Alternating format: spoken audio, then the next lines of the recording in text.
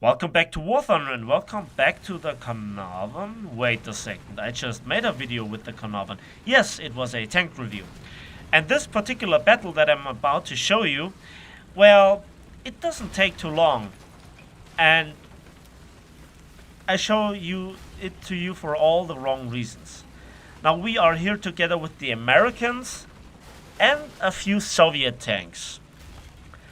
And I want you to look at everything but what I do. Now, I tried to be sneaky and try to use my brain. I experimented a little bit around while trying to get decent footage and experimenting a little bit around in realistic battle with the Caernarvon. I tried to flank. Here on Eastern Europe, I tried to go on the other side, trying to support my team with my quick firing 20 pounder. A fantastic gun, by the way. If you haven't seen my tank review, I highly recommend it to you. But what happens in this battle is very bizarre. Now, you see, I tried to use my brain here a little bit and try to flank. Try to think a little bit out of the box. Avoid the direct head-on combat with the Germans. As you know, while I could do it, it takes time.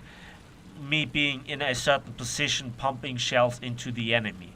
And it just takes one shot in return in open field to knock me out. Now, here the problem is, have a look at the kill feed. The M47 that we just lost to a Panther II. Remember that guy. Remember this event, because it's unusual for this battle. And look to the kill feed. Just ignore everything what you see but the kill feed. A problem that German teams have is that they love their heavy tanks. What's wrong with heavy tanks? Well, they cost a lot of spawn points, especially when you're top tier. They cost like 400 of the 450 spawn points. That means when you get killed, before you kill anything, you're out. That's it with your battle. And you know, this is where a realistic battle went out of control. There is a certain snowball effect.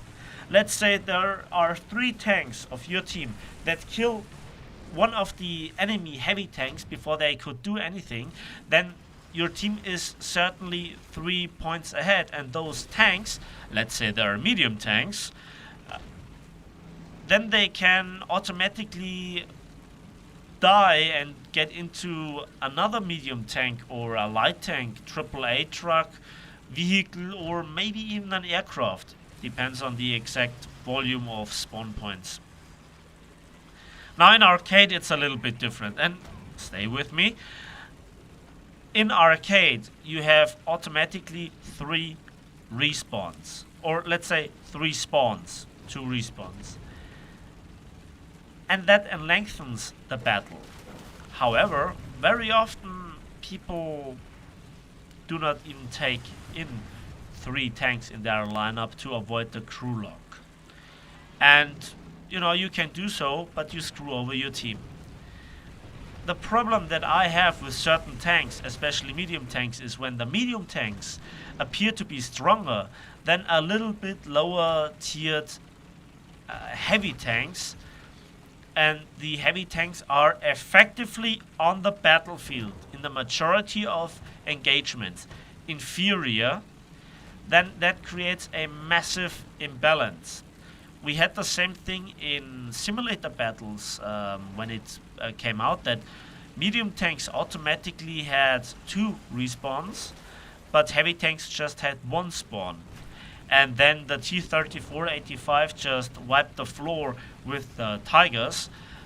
Maybe some Tiger drivers were really not able to really fully use their tank. They did not pay attention to their surrounding. On the other hand, it was in a time where the T-34-85 was just completely out of control. It saw numerous nerfs. Why am I mentioning this? Well,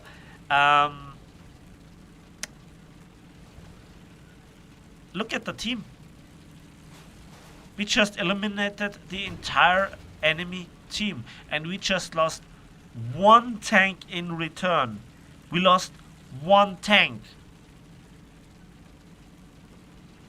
Hostile team.